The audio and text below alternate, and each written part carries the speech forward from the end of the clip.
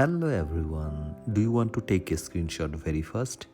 If so, then you have come to the right place.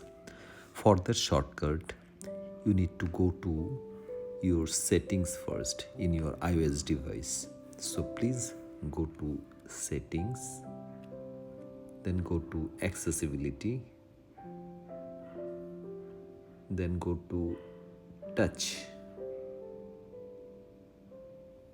and go for scroll down and go to back tap, then select double tap.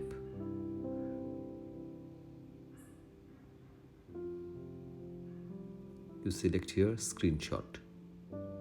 Okay, then go back and then double tap on the back side of your iOS device and then done. It's on the go. Isn't it very easy?